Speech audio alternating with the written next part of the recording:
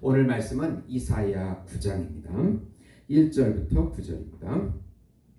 이새의 줄기에서 한 싹이 나며 그 뿌리에서 한 가지가 나서 결실할 것이요 그의 위에 여호와의 영 곧 지혜와 총명의 영이요 모략과 재능의 영이요 지식과 여호와를 경외하는 영이 강림하시리니 그가 여호와를 경외함으로 즐거움을 삼을 것이며 그의 눈에 보이는 대로 심판하지 아니하며 그의 귀에 들리는 대로 판단하지 아니하며 공의로 가난한 자를 심판하며 정직으로 세상의 겸손한 자를 판단할 것이며 그의 입에 막대기로 세상을 치며 그의 입술의 기운으로 악인을 죽일 것이며 공의로 그의 허리띠를 삼으며 성실로 그의 몸에 띠를 삼으리라. 그때 이리가 어린 양과 함께 살며 표범이 어린 염소와 함께 누우며 송아지와 어린 사자와 살찐 짐승이 함께 있어 어린아이에게 끌리며 암소와 곰이 함께 먹으며 그것들의 새끼가 함께 엎드리며 사자가 소처럼 풀을 먹을 것이며 젖먹는 아이가 독사의 구멍에서 장난하며 젖된 어린아이가 독사의 굴에 손을 넣을 것이라. 내 거룩한 산 모든 곳에서 해됨도 없고 상함도 없을 것이니 이는 물이 바다를 덮음같이 여호와를 아는 지식이 세상에 충만할 것임이니라. 아멘. 하나님 나라를 보자는 제목으로 은혜를 나누고자 합니다. 사랑하는 성도 여러분, 복음은 기쁜 소식입니다. 왜 복음이 우리에게 기쁜 소식이 됩니까?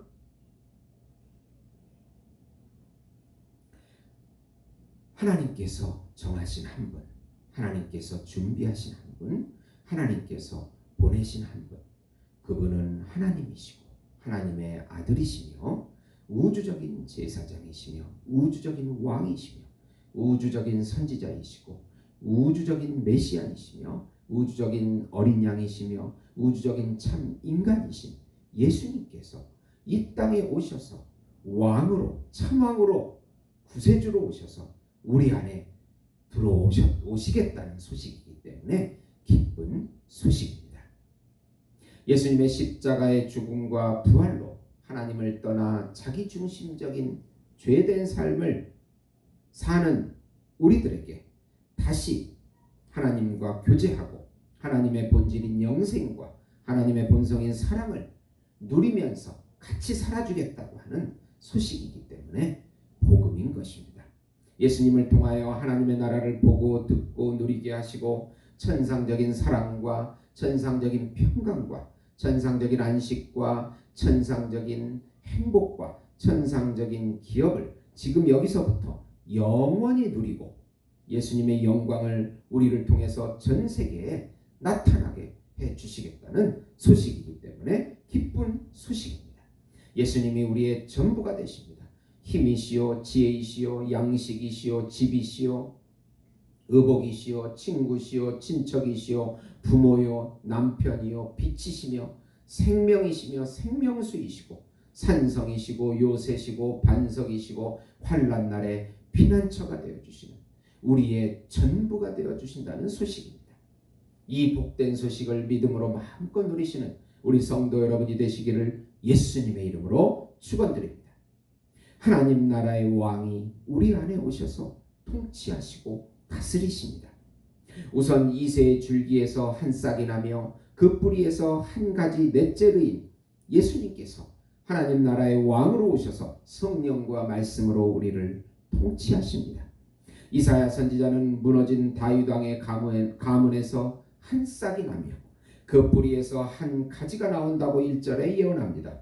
보통 감람나무를 보면 옆구리에서도 싹이 나고 그 밑에 뿌리에서도 싹이 올라옵니다. 제가 어저께도 은행나무에서도 지나가다가 그것을 보고 좀 놀랐습니다. 옆구리에서 나오는 거예요. 그리고 밑에 뿌리에서도 나오는 거예요. 예. 그 감람나무의 비유를 사용하고 있는 것입니다. 그래서 이 나무가 새로운 풍성한 나무가 만들어집니다.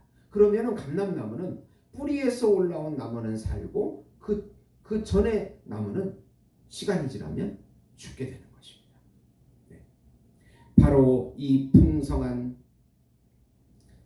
나무가 예수님이십니다. 이 예수님이 여호와의 영, 지혜와 총명의 영, 모략과 재능의 영, 지식과 여호와를 경외하는 영이 임한다고 2절에 말씀합니다. 성령의 충만을 받은 하나님의 아들이신 예수님께서 하나님 나라의 왕으로 통치하신다고 하십니다. 예수님은 공의로 통치하시고 정의로 판단하시며 그의 입술의 막대기와 그의 입의 막대기와 입술의 기운으로 말씀으로 통치하신다고 4절에 말씀합니다. 예수님께서 말씀으로 이 세상을 통치하시고 심판하신다는 뜻입니다. 그 하나님의 나라는 모든 동물이 서로 해함이 없이 함께 살아가는 나라입니다. 해됨도 없고 상함도 없는 거룩한 산, 모든 곳에서 물이 바다를 덮음같이 여호와를 아는 지식이 세상에 충만하게 되는 그 나라가 임하게 된다고 9절에 말씀합니다. 예수님께서 통치하시는 그 나라는 온전한 나라요, 사랑이 넘치는 나라요, 하나님과 깊은 교제를 누리는 나라요, 예수님의 형상이 충만하게 나타나는 나라입니다. 그 나라가 우리 안에서부터 시작되어서 전 세계로 예수의 이름을 부르는, 만방이 예수의 이름을 부르게 될 것이라고 신약시대를 바라보고 있는 것입니다. 두 번째로 이새의 뿌리에서 나신 예수님이 만방의 기치로 서실 것이요, 남은 자들은 다시 모아서 하나님의 나라가 세우신다고 말씀합니다. 이새의 뿌리에서 한 싹 호텔가 나오는데 만방의 기치로 서게 됩니다.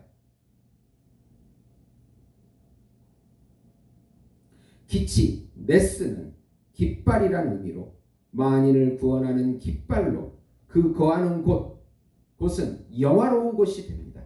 그가 거하는 곳은 바로 성전이요, 교회요, 하나님의 나라요, 우리 안에 있는 그곳입니다. 그날에는 이스라엘과 유다의 남은 자들을 다시 모으는 날입니다. 서로가 싸우지 않고 하나의 통일된 민족이 되게 할 것이라고 예언하십니다. 그리고 한마음이 되어 주변 나라들 블레셋, 에돔, 모압, 암몬까지 복속하게 될 것이라고 14절에 말씀합니다. 이방 민족을 복음으로 정복하고 복음으로 예수님께서 다스리게 될 것이라는 영적인 의미가 있습니다. 예수님께서 출애굽 때 홍해를 가르시듯이 길이 되어 주신다고 말씀합니다. 예수님께서 내가 길이요 진리요 생명이라고 말씀하셨습니다. 참 다윗으로 오신 분, 이새의 줄기에서 나신 분, 세상을 통치하는 참왕 메시아이신 예수님께서 이 땅에 오셔서 하나님의 나라를 새로 세우십니다. 그리고 당신의 백성들을 모으시고 그들의 모든 것이 되어 주십니다. 예수님은 우리 안에서 말씀과 거룩한 영으로 다스리시고 통치하시고 모든 것을 해주십니다. 요한복음 6장 35절에 예수께서 이르시되 나는 생명의 떡이니 내게 오는 자는 결코 줄이지 아니할 터이요 나를 믿는 자는 영원히 목마르지 아니하리라.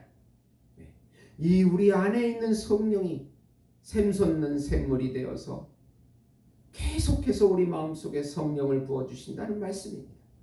우리는 밖에서 무엇을 얻으려고 하지만 밖에서 얻는 것은, 외부에서 얻는 것은 영원한 만족을 주지 못한다는 것을 기억해야 합니다. 사랑하는 성도 여러분, 우리 안에 계신 영으로 임재하시는 예수님, 그분이 생수의 근원이 되십니다. 그분을 마음껏 믿음으로 누리시는 우리 예수목장교회 성도 여러분이 되시기를 예수님의 이름으로 축원드립니다. 기도하시겠습니다. 하나님 아버지, 우리 안에 계신 생수이신 예수님을 마음껏 누리게 해주시옵소서. 외부에서 우리를 충족하는 것이 아니라 우리 안에 계신 길이요 진리요 생명 되신 그분을 마음껏 누리고 나타내고 입술로 선포하게 해주시옵소서. 성령을 부어주시옵소서. 예수님의 이름으로 기도드리옵나이다. 아멘.